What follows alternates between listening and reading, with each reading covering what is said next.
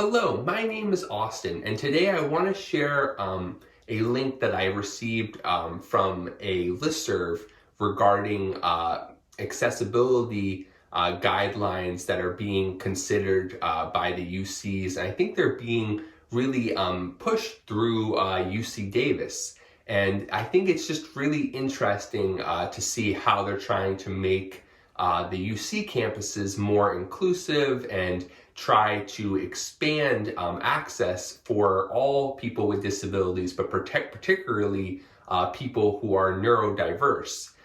Some of the things that are really being considered is trying to have a cultural center that has a disability focus and providing a specific meeting group for people with disabilities, which is something that has not really been provided. There's a lot of cultural centers that provide meetings, based on ethnicity and things like that, but not for disability. So I think that would be as an interesting item that they're considering. They're also really looking at the accommodation process itself and how it can be streamlined. One of the aspects that's really interesting is that a lot of times people with disabilities have a hard time coordinating their accommodations because they're usually going through maybe some department, maybe it's grad school or something like that. They're also looking at housing. They may also have other services. It could be a cultural center that they're connecting with, or student clubs that they need access to.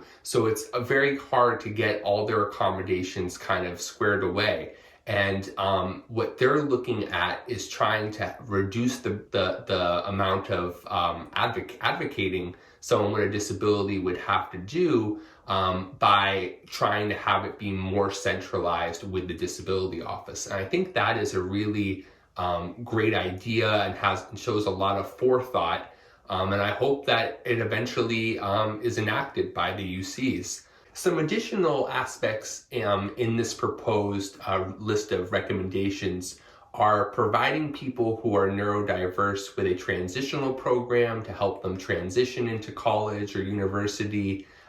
So that way they feel more comfortable when they enter college and know about the different resources and supports available on campus. Trying to provide greater mental health support is another one that's brought up in the list of recommendations, which I think is really good. Lastly, the recommendations looks at FERPA and tries to basically see how they can help students with disabilities who either don't feel as comfortable advocating for themselves or have an increased role where they're consistently having to advocate with faculty and talk about their disability and stuff, to see if there's a way to navigate it better, where the student could provide some type of release or be encouraged to, so that either the parents could be more supportive, because a lot of times students who are neurodiverse, a lot of the accommodations can be parent driven. This is true for all students with disabilities, especially in high school and in primary and secondary education. But in addition to that, looking at trying to just reduce barriers when it comes to who needs to know about the student's disability and accommodations, to try to make that process easier. Because right now, students with disabilities generally, kind of need a script that they can use every time when they talk with professors. So hopefully, this whole set of recommendations will be considered by the UCs, and it would be great to see these recommendations enacted in the future.